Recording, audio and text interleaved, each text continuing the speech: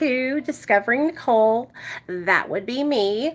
I am popping on to let you guys know that tonight at 7:30 p.m. Central Standard Time, we are going to be celebrating my 7-year sober birthday.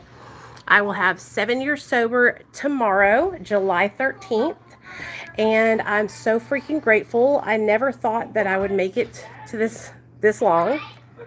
Honestly, um, I'm so excited and I'm so fucking proud of myself. Real talk, real fucking talk. Um, it is going to be a huge celebration. We are going to be having about 4 or 5 guest speakers who are going to come on and share about their recovery. And then, because we're going to stay on live until about midnight, okay? So that way, when the clock hits midnight, we can celebrate my 7 years. So, hey, girl, I would love for you guys to come. You guys know my YouTube channel is where it all began with my social media. So I would love for you guys to make it. But if for some reason you can't make it, I will be posting the live over here on YouTube after I get it recorded. So, yeah, it's going down. Hell yeah, 7 years. Can you believe it? I made it. You know, I remember, a couple of years ago when I was celebrating my 4 years sober here on YouTube, I can remember, thinking, oh my gosh, 7 years is so far away. Now 10 years doesn't seem that far away either, So we put the air down just a little bit. I feel hot, don't you? No, I feel tired. Okay. So I'm super excited. Yay. Yeah, it's just hot outside is what it is. Okay. Hey, Becky. Thank you, girl. Thank you for being here. I'm going to put on my mascara because I'm not going to really do any makeup because it's so hot. Like, my face is sweating. But I do want to put on a little mascara so my eyes will be a little bit more open. But y'all come on in. I'm going to spend some time chit-chatting with you guys for a little bit. So come on in and hang out. Hey, use the long charger. Dad, no. Thank you, C. I appreciate it. What's wrong, buddy? Nothing. Okay. Yeah, 7 years tomorrow. I can't believe it. Nuh-uh, not tomorrow. I'll have 7 years sober tomorrow. So on July 12th. July 13th. Tomorrow. Mom, yesterday was July 10th. Today's the 12th. Tomorrow's the 13th, boy. So I was talking earlier on Facebook and I was sharing with everybody about how I've been able to stay sober. So I'll share with you guys how I've been able to stay sober. So, when I got sober, I changed everything in my life. Okay. I made sobriety my number one focus because number one, I was fighting for my son. And number two, I was fighting for my son. And that was my motivation to really, really push myself to the next level of sobriety. I always heard people say, you have to put as much effort into your recovery as you put into seeking drugs. Okay. And when I wanted to get high, I would go to any lengths to get drugs and alcohol. Okay. I would drive to my drug dealer's house at 6 o'clock in the morning if I had to and sit on his front porch until he opened the door because I was serious about my drugs. Right. And so just like I was serious about my drugs, I had to get serious about my sobriety and I had to give it my motherfucking 100% all. And that's what I've done for the last 7 years. I have really pushed myself. Mom, you're doing that too hard. You're shaking the entire camera. I know, I'm hot though. You're like, I have pushed myself, you guys, because my main priority is my child. Okay? And I never want to put my son in harm's way ever again. I never want my baby to have to worry about whether or not you're not going to watch TV in here because I'm going to be live in here. So you can watch TV in your room or keep it really low in here. Okay? I don't ever want my son to have to go through not having his mom because she's strung out on drugs. And like I was telling everybody on Facebook, it will never happen. I will never get high. as long as my son is alive and living in this home, I will never go out and get high because I'm never going to put my son in harm's way, ever.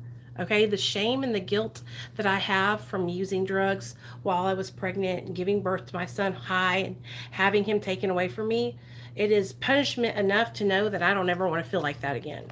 And that is one of the main ways that I stay sober, and keep myself staying sober, is I have grabbed all the things that have really affected me in my life, all the bad things I did, losing my son, being high and pregnant, getting raped when I was in active addiction, stealing from my parents and hurting them, hurting my husband, all the things that I ever did that were bad like that. I have those things in a little suitcase, okay, tucked right here at the very front of my mind. So that way, anytime I start thinking about wanting to go get high, I pop that little suitcase open and I pull out one of those memories. Because if I forget where I came from, that's where I'll go out. That's when I'll go out and get high. And that's what happens to so many people that struggle with the disease of addiction. Is what happens is they forget how bad it was, and they start reminiscing about how good the feeling is and how they want to feel that feeling and get high again. Okay? And so that is why people relapse, because they forget the horror and the struggles and the pain that they caused themselves because of addiction. Okay? You got to keep that shit right there in the front of your mind.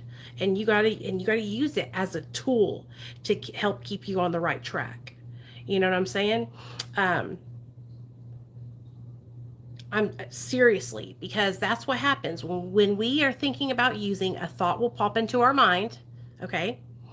And then if we don't change that thought or do something different, we'll start tossing the thought back and forth in our mind. Then we start kind of fighting with ourselves, like, no, I shouldn't. Well, nobody will know. It won't be that big of a deal. I've been sober for this long. Nobody will find out, right? And we start kind of bartering and negotiating with our own selves of why we deserve to do it, and justifying and rationalizing it, okay? And then the next thing you know, where are we at? We're out there getting high. You have owned your mistakes, and Nicole, you changed your life for the better. Heck yeah, you own that too, and that's a beautiful thing. Thank you so much for saying that, Jan. How many times I have contemplated just one more time. Exactly. Okay, and so that's what happens is if we get stuck in our mind and we don't use our tools that we have developed over the years, then we will drive down to the dope man's house or drive down to 12th Street and try to get some drugs. Okay? So that is why it's so important, man. Whatever you got to do to keep your memory and not forget, that was one of the main reasons why I relapsed so many years. For so many years, I relapsed because I would get sober, I would get a good job, I would start feeling good about myself again, and then I would forget where I came from. Hey, Marilyn. I would forget where I came from, and I would go pick up every single time. And so, not anymore. I have broke that cycle. Like legit, you guys, I have broke that cycle. And I am feeling really, really, really proud of myself. Okay? I'm just going to tell y'all right now, I am really fucking proud of myself. I was a literal low down gutter junkie slut. Okay? I was as bad as it gets. When I met my husband, I was strung the fuck out. Okay? I was wild, man. I could take so many drugs and just keep on going. Like I was fucking strung out bad, you know? And so the fact that I can sit here and talk to you guys and form sentences is a miracle in itself, that I'm alive still. But the biggest miracle is that I'm sober today and that I could help other people get sober. It's so important to me, you guys. I don't think you understand. how important it is to me, my recovery, and how important it is to me to help other people, and how much helping other people helps me in my recovery also. Like, my life is forever changed, man. I'm telling you. And I don't want to ruin it. Like, I don't want to do that. I don't want to go back out.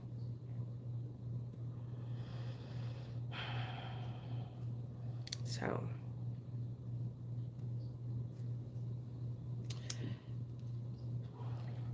hey, Nikki. I understand, struggling. I used to struggle a lot, for years and years. I was back and forth, relapse, sober. And that just got old. It got old, and I got tired, and I got overwhelmed, and I got sick of living like that. And that's what I think New visitor. each one of us has to get to, that point where we're just sick and tired of living like that. You know?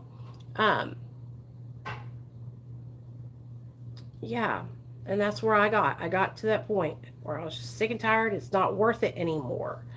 And also, I work too damn hard for my money. It's not worth me throwing away my hard earned money for a fucking, 10-minute high.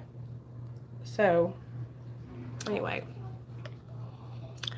Oh, good job, Nikki. I remember when you relapsed. I was with you, girl. I wasn't with you, but I was with you on live. Remember? You took us with you to the bar. Nate, stop. If you want to put the TV on, you have to keep it low. Okay? Like you're the one who can't just walk 14 Nate, steps. I want to sit in here and chill. I'm already here. I got my stuff set up. Please stop. Okay? Just sit down there, Nate. Okay. I remember Nikki taking us with her to the bar. Thank you, Nicole. I appreciate you, girl.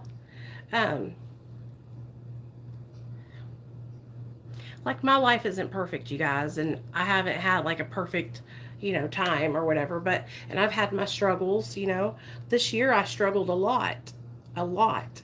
This year was probably one of the hardest years for me, mainly because of the harassment, the stalking that I have had to be suffering with, and that really, really affected me a lot with my mental health.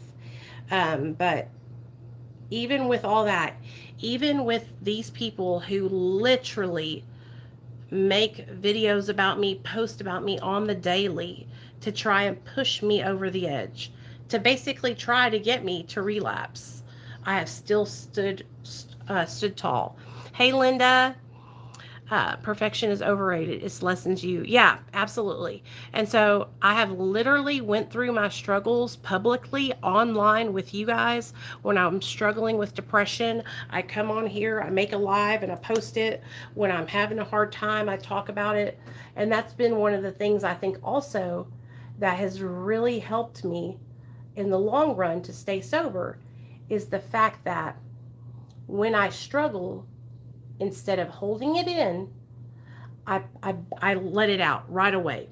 I talk about it right away, and I get feedback from you guys, and I get support, and so that's really important to me.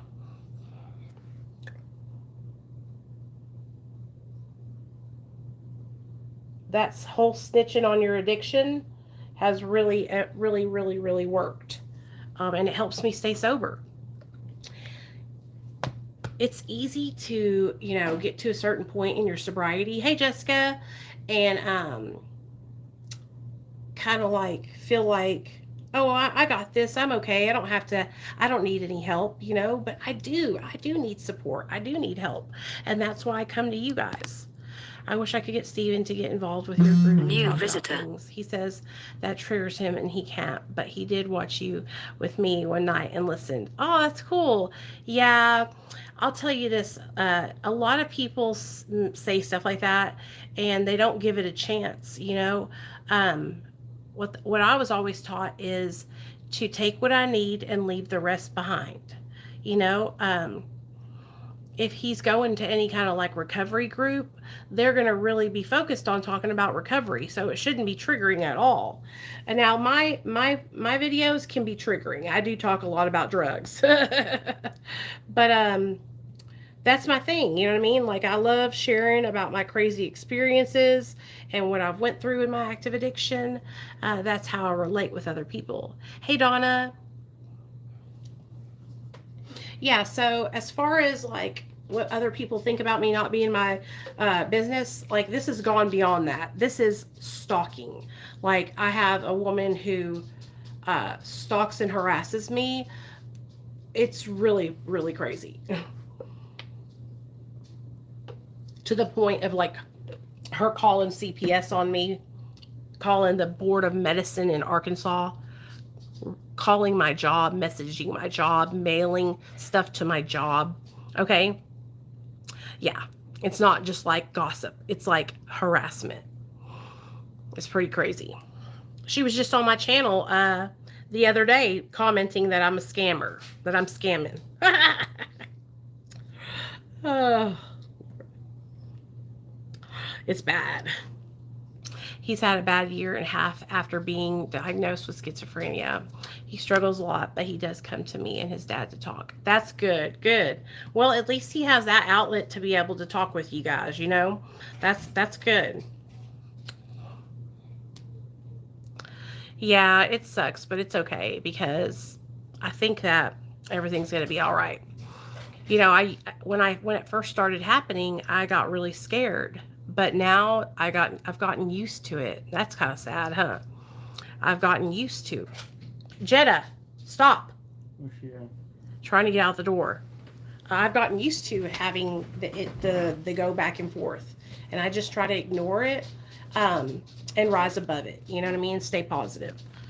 So I know you guys saw that Ryan Leone passed away. I made a video for y'all to tell y'all about it. Yeah, I know, Donna. Yeah. I try to just rise above it. Okay, internet crime. So I didn't know there was a way to report people to the FBI if it's bad enough. You know, if somebody is harassing you enough, you can, you know, file a complaint online about it. Well,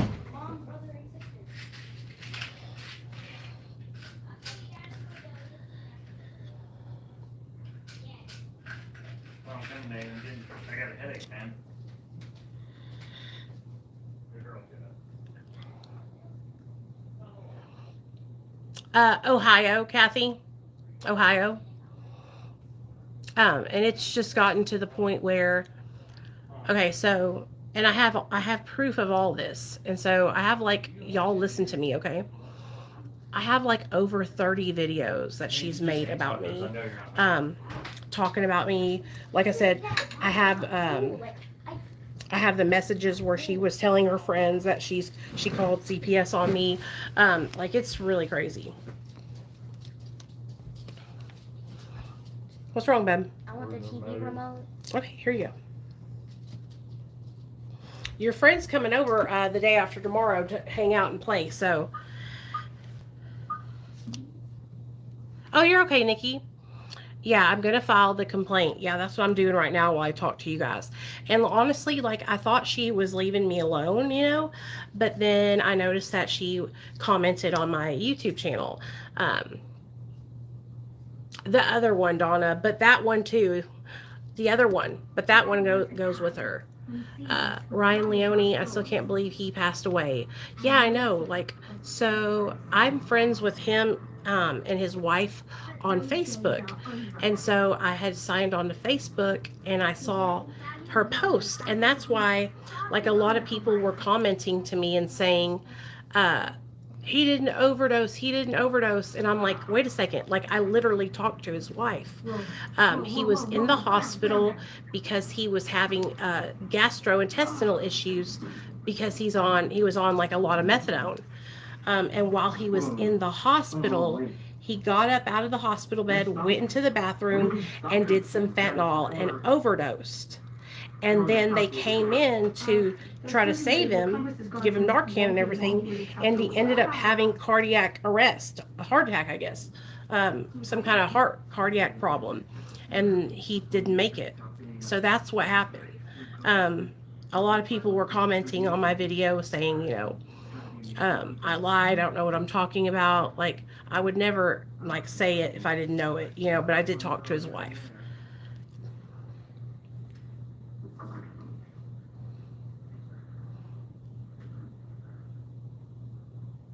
Good, Marilyn.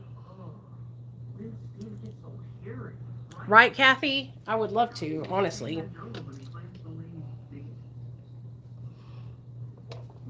But it's a miracle, you guys, that I'm here today, okay? It's a miracle. I'm so grateful to be sober, like legit, so grateful.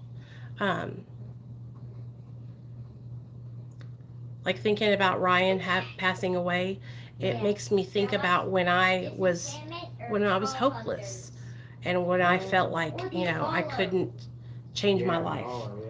And I just think about his family. I think about his 2 kids, and how they're going to grow up without their dad now. And Nate, you just ate, buddy. Just ate tacos. Okay? So stop.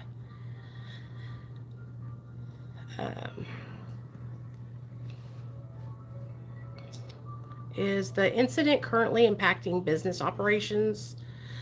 Age. Oh, how old am I? I'm 40 now. Oh, gosh. I think you are the miracle, Nicole. Your channel has given me a lot of comfort, and your group here is so supportive. I don't always comment, but I watch a lot. Thank you. I really appreciate that. I'm grateful you're here today. You've helped me in more ways than you even know. Thank you. I appreciate you guys. I really, really do. And I really enjoy like sharing my life and telling stories and talking about recovery. I like doing it. So it's easy. It's an easy trade. But that's what I think about. I think about his family and how it makes me sad, It really, really does.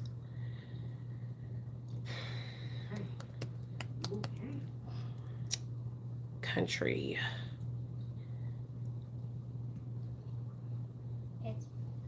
I love how brave you are. You're share everything openly like that. I wish I could do that on here.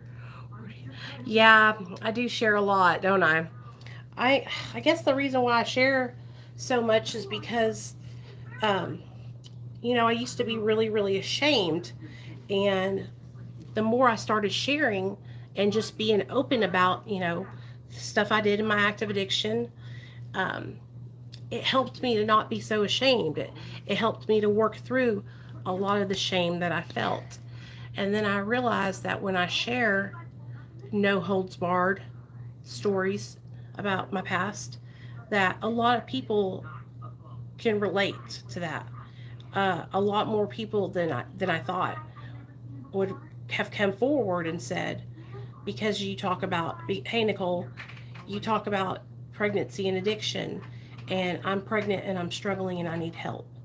And they would have never gotten help because they were ashamed to ask. But they were scrolling through TikTok, scrolling through Facebook or YouTube, and they came upon my video of me talking about being addicted and pregnant and how I was too ashamed to reach out for help. But, they don't have to be, and they can reach out and they can get help so their babies don't have to be put in harm's way. And so that helps. Hearing from people that my videos help, it's reassurance that I'm doing the right thing. Because, a lot of people hassle me about how blunt and truthful I am about what I've gone through. And they say I shouldn't do that. They say I shouldn't talk like that it's war stories or some bullshit like that. But I don't listen to them. Arkansas. I think that is honestly Steven's biggest problem. He lost everything. His job on the railroad, his home, his truck, his savings, his girlfriend, who he later found was an addict. Oh, I'm so sorry, Jan. Gotta go. Oh, bye, Kathy. Love you. Thank you, Donna. Love you, Kathy. Kathy is my she was my boss at Kroger, you guys. Steven has a lot of regret and isolates himself because he gets so depressed and sad. So, okay, Jan, listen to me, okay? My husband and me used to do the same thing. Like, he has got to start focusing on the present. He cannot live in yesterday. He can't focus on the fact that he's behind or he doesn't have this or that, because if he does, he's going to be depressed. Okay? When I compare myself to all my friends who I graduated high school with, they've all bought homes, they're all established in their lives, and I'm just getting started, right? So what I have learned is that comparison is the thief of joy. And so focus on what he's doing, what he is doing right, and how he is staying sober. So that way he doesn't get so depressed, you know? Okay. Please complete one section for each financial transaction or attempted transaction. There was no financial transactions. What is this? Did I go to the wrong one? I guess I did. Oops, my bad.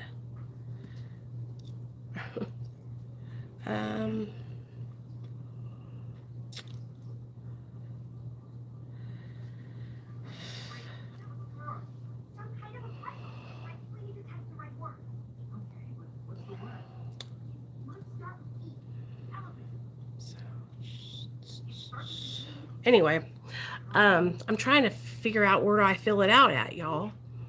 It says file a complaint. I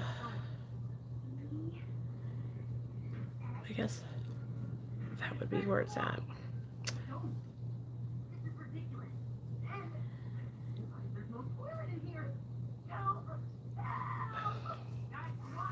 We keep telling him the fact that he survived this and he's still here is a huge accomplishment because it was bad. Yeah, he's a miracle. And that's what he has to remind himself, that he wouldn't be here.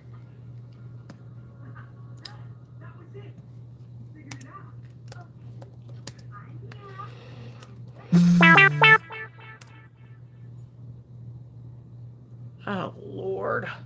What's that? Hold on, let me see this. I keep getting these messages from people asking me if they send me $500 or $5,000, what would I do with it? Trying to scam me. And then what they'll do is they'll send me, they'll say that they're going to send me $5,000 with my Cash App. Okay? So I give them my Cash App, and then they send it, or they say they do, right? And they send me a screenshot of it, literally, of my Cash App, of it saying that the $500 is pending, right? Or $5,000 pending. And then they'll message me and say, all you have to do is send $50 to release it. And I'm like, no. And so just imagine, they probably do that to like hundreds of people a day. And if you make $50 from each person, I mean, you make it out good on a scam. But anyway, I love you guys. I just wanted to come on here, let you guys know that we're going to be live tonight at 7:30 p.m. Central Standard Time over on my TikTok account.